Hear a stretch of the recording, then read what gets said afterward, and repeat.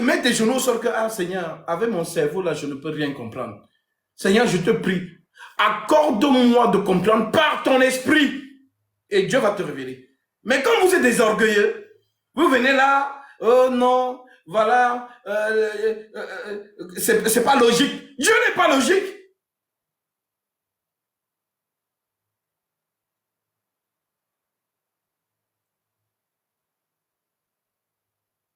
Je ne sais pas comment on va expliquer les choses là à ces gens-là. Ils sont têtus, moi j'appelle ça la têtudesse. Voilà, l'écriture est là. Lis un peu l'écriture. Mes pensées ne sont pas vos pensées. Mes voix ne sont pas vos voix. Autant les cieux sont élevés au-dessus de la terre, autant mes pensées sont élevées au-dessus de vos pensées. Est-ce que tu as compris? Donc une fois que tu as intégré ça, tu vas comprendre que quand je lis telle chose, je fais attention. Pour que je comprenne ce mouvement, il faut que l'esprit m'éclaire. Pas mon cerveau. Voilà. Donc, si le cerveau pouvait sauver les gens, c'est que Nicodème allait comprendre ce que Jésus a dit. Qu'est-ce que Jésus dit à Nicodème? Disons un peu ça. Pour être factuel sur le cerveau. Lisons. Jean chapitre 3. Jésus dit, verset 1, mais il y eut un homme d'entre les pharisiens nommé Nicodème, un chef des Juifs, donc celui qui instruit les Juifs, le docteur des Juifs, qui vint, lui, auprès de Jésus de nuit, et lui dit, Rabbi, nous savons que tu es un docteur venant de Dieu, donc tu es un enseignant. Jésus, c'est quand on dit Rabbi, c'est enseigner, celui qui instruit, celui qui ouvre l'intelligence. Nous savons que tu es un docteur venu de Dieu. Car personne ne peut faire ces miracles que tu fais si Dieu n'est pas avec lui. Jésus lui répondit, en vérité, je te le dis, si un homme ne naît de nouveau, il ne peut voir le royaume des cieux. Donc la première des choses que Jésus va dire à Nicodème, c'est la naissance nouvelle. Naître de nouveau, mais Nicodème ne comprend pas. Il va mettre le cerveau, donc il va activer le cerveau. Maintenant, écoutez, Nicodème lui dit, comment un homme peut-il naître quand il est vieux? Vous voyez comment le cerveau est activé. Donc, Nicodème a activé le cerveau. Maintenant, Jésus dit, il dit, peut-il rentrer dans le sein de sa mère et de naître? Donc, Nicodème active le cerveau, il s'est dit, mais attends, moi, je suis vieux, j'ai la barbe. Je suis grand. Maintenant, ma mère, quand même, son petit ventre là, est-ce que je vais suffire dans elle pour ressortir? Ça, c'est le cerveau. Et beaucoup de gens sont dans le cerveau. Vous avez la preuve factuelle.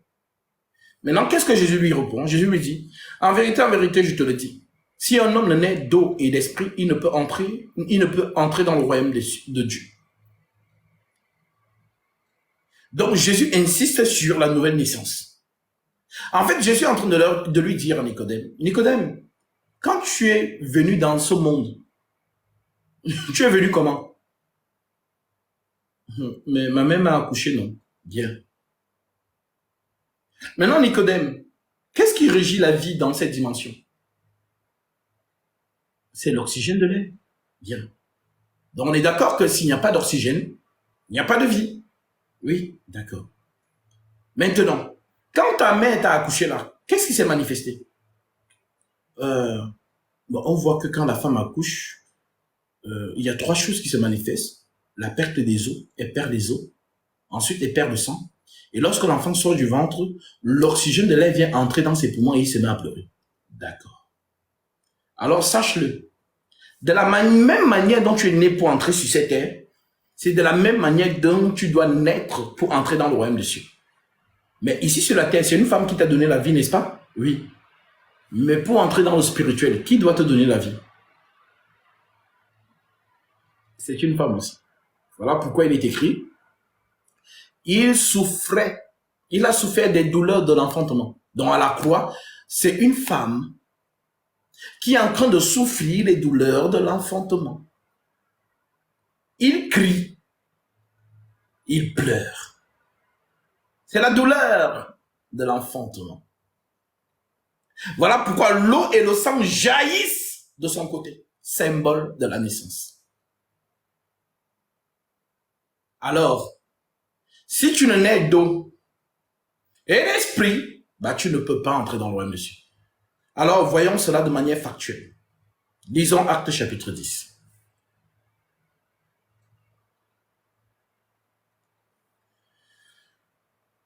Verset 44. L'Écriture déclare, comme Pierre prononçait encore ces mots, le Saint-Esprit descendit sur tous ceux qui écoutaient la parole. Tous les fidèles juifs qui étaient venus avec Pierre furent étonnés de ce que le don du Saint-Esprit était aussi répandu sur les païens, car ils les entendaient parler en langue et glorifier.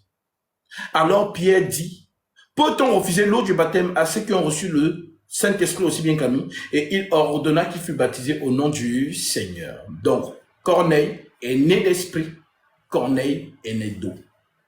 Si tu ne nais d'eau et d'esprit, tu ne peux entrer dans le royaume de Dieu.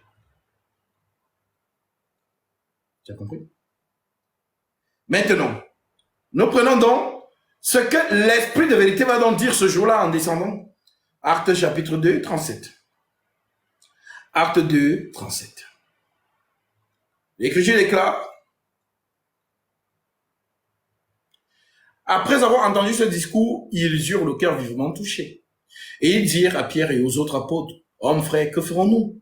Pierre leur dit, repentez-vous et que chacun de vous soit baptisé au nom de Jésus-Christ pour le pardon de vos péchés et vous recevrez le don du Saint-Esprit. Si là, avec cette explication, tu ne comprends toujours pas qu'il ne faut pas mettre ton cerveau dans les choses de Dieu, c'est ton problème. Naître d'eau et d'esprit, c'est de recevoir le baptême au nom de Jésus-Christ par immersion et de recevoir le Saint-Esprit du Père, comme Jésus l'a dit à la femme samaritaine. Les vrais adorateurs adoreront le Père en esprit et en vérité. Maintenant, on adore le Père comment? Avec la guitare? Non, c'est pas ça l'adoration. Avec le piano? Non, c'est pas ça l'adoration. On a beaucoup chanté aujourd'hui, on a adoré. Non. L'adoration, c'est mystique. C'est du domaine du Père. C'est l'Esprit qui adore. Aucun homme ne peut adorer Dieu. C'est Dieu lui-même qui s'adore. Donc, Dieu qui s'adore, c'est lui qui se proclame dans ton esprit. Quand on dit quelqu'un parle en langue, ce n'est pas la personne qui parle en langue. C'est l'Esprit de Dieu qui parle à travers lui. Il se glorifie. C'est ça qu'on appelle l'adoration en esprit en vérité. Donc, quiconque a le Saint-Esprit, cette personne est un adorateur ou une adoratrice en esprit et en vérité. Donc, ce n'est pas l'homme qui décide de parler en langue, c'est l'Esprit du Père en lui qui le déclenche. Donc, comme l'enfant, lorsqu'il sort de l'anatomie de sa mère, qu'est-ce qui se passe? Il pousse un cri vif. C'est l'oxygène qui est entré dans ses poumons. Un corps étranger est entré en lui. Voilà pourquoi il pousse le cri. Nien. Pourquoi? L'oxygène atteste que je valide la naissance de ce bébé. Donc, tu peux recevoir le baptême. Tu peux croire. Mais si l'Esprit de Dieu ne vient pas valider ta naissance, tu es mort-né. Comme il y a des femmes qui perdent les os, elles perdent le sang, l'enfant sort du ventre, mais l'enfant ne pleure pas. Et il est déclaré cliniquement mort-né. L'oxygène n'a pas validé la vie. Donc, tu peux croire. Tu peux recevoir ton baptême au nom de Jésus-Christ. Mais si tu n'es pas un élu, l'Esprit Saint ne viendra jamais sur toi. Et ton processus de naissance ne sera pas accompli.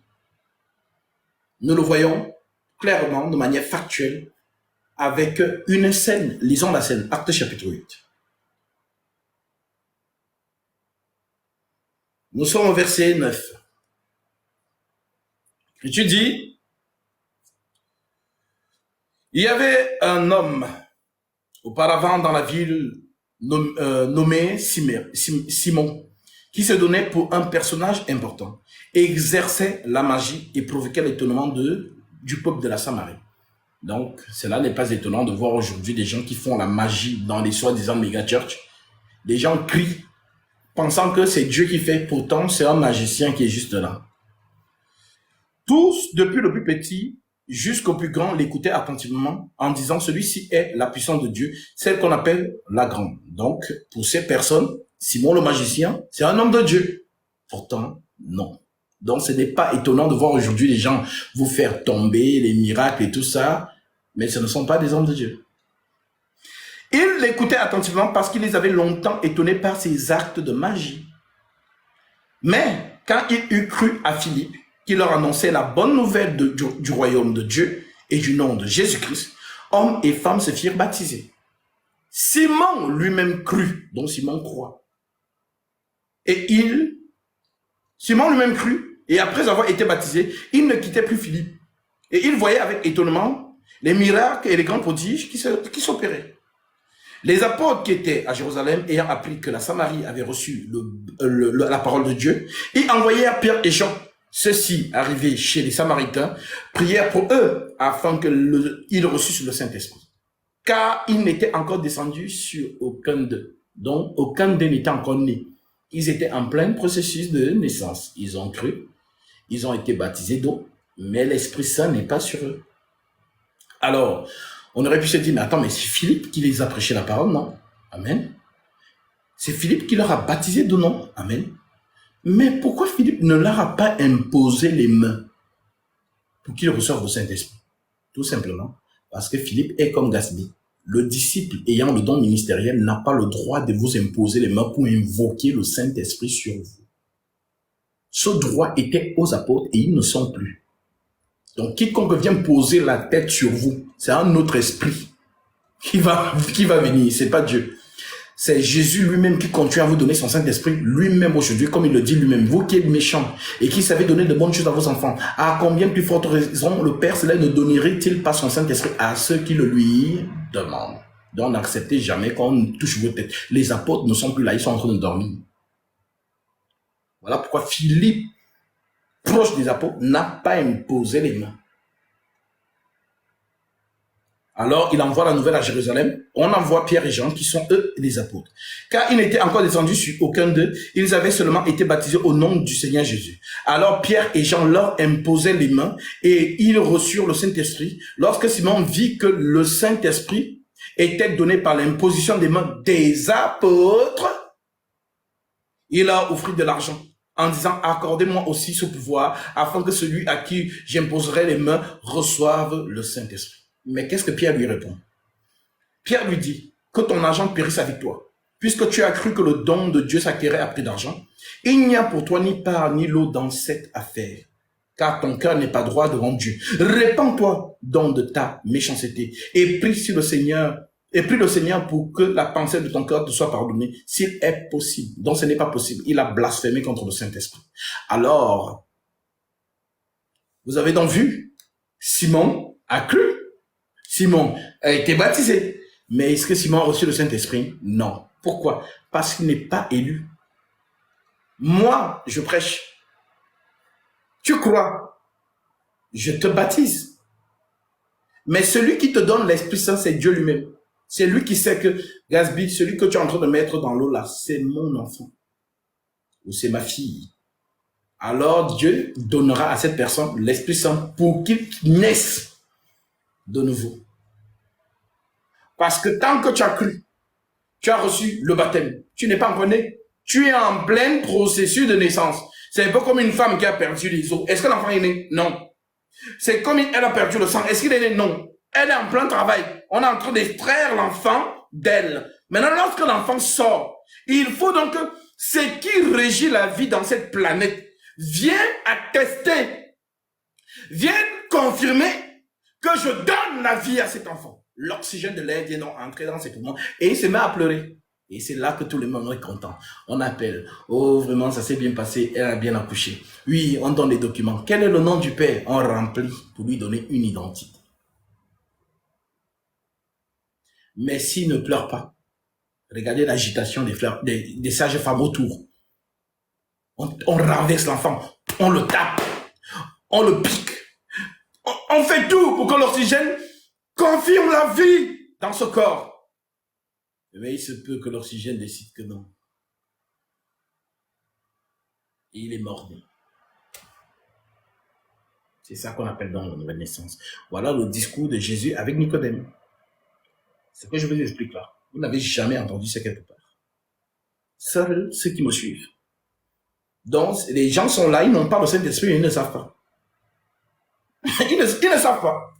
Parce que ce n'est pas quelque chose auquel on insiste. Et ils sont seulement dans les méga church. Moi, quand j'étais petit, quand je draguais ma femme, je n'avais jamais couché avec elle. Alléluia, amen. Comme Marcelo le fait, les gens crient.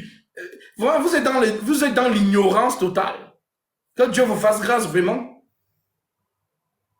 Que Dieu vous fasse grâce. Acte 19. Prenons encore cet élément. Pendant qu'Apollos était à Corinthe, Paul, après avoir parcouru les hautes provinces de l'Asie, arriva à Éphèse. Ayant rencontré quelques disciples, il leur dit, « Avez-vous reçu le Saint-Esprit quand vous avez cru ?» Première question de Paul. Est-ce que vous avez reçu le Saint-Esprit quand vous avez cru? Il répondit, « Nous n'avons même pas entendu dire qu'il y a un Saint-Esprit. » Donc, il confirme qu'ils n'ont pas le Saint-Esprit.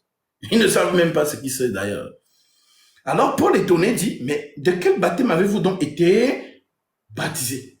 Il répondit du baptême de Jean. Paul dit, Jean a baptisé du baptême de repentance, disant au peuple de croire en celui qui venait après lui, c'est-à-dire en Jésus. Sur ces paroles, il leur administra le baptême. Sur ces paroles, il leur... excusez-moi. Sur ces paroles, ils furent baptisés au nom de Jésus, au nom du Seigneur Jésus. Donc, Paul leur administre le baptême adéquat au nom de Jésus. Lorsque Paul leur eut imposé les mains, le Saint-Esprit vint sur eux et ils parlaient en langue et prophétisaient. Donc, lorsque Paul impose les mains, l'Esprit Saint vient donc se proclamer en eux, en prononçant des paroles mystérieuses. Vous avez vu? Mais il y a des gens qui sont là, ils disent qu'ils sont chrétiens. Mais même le parfum du Saint-Esprit, ils n'ont jamais ressenti ça. Alors, ce n'est pas de ta faute.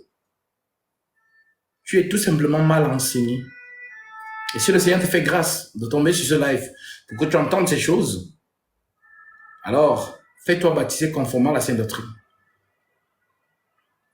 Et prie là où tu es, que le Seigneur t'accorde son esprit. Et je t'informe que si tu n'es pas fidèle aux Saintes Écritures, n'espère jamais recevoir le Saint-Esprit. Parce que tu es la génération qui a reçu les lettres. On te demande seulement de bâtir ta maison sur le roc. Lis juste. C'est que l'Écriture dit, tu dis la même chose. C'est que l'Écriture ne dit pas, tu ne n'ajoutes pas. Mais comme vous êtes têtu, l'Écriture dit la femme n'enseigne pas. Toi, tu dis que la femme enseigne. C'est ton problème. C'est ton problème. Dans l'Écriture, personne ne peut l'enlever, ne peut brûler cette Écriture. Mais les hommes peuvent maquiller l'Écriture. Les hommes peuvent tordre le sens de l'Écriture. Les hommes peuvent te donner des arguments fallacieux. Mais l'Écriture ne bouge pas. Je ne permets pas à la femme d'enseigner. Mais toi, tu es apparemment dans une assemblée où c'est une femme qui enseigne. Vraiment, que Dieu vous fasse grâce. Honnêtement, que Dieu vous fasse grâce. Que ceux qui ont les oreilles contents entendent. Tout simplement.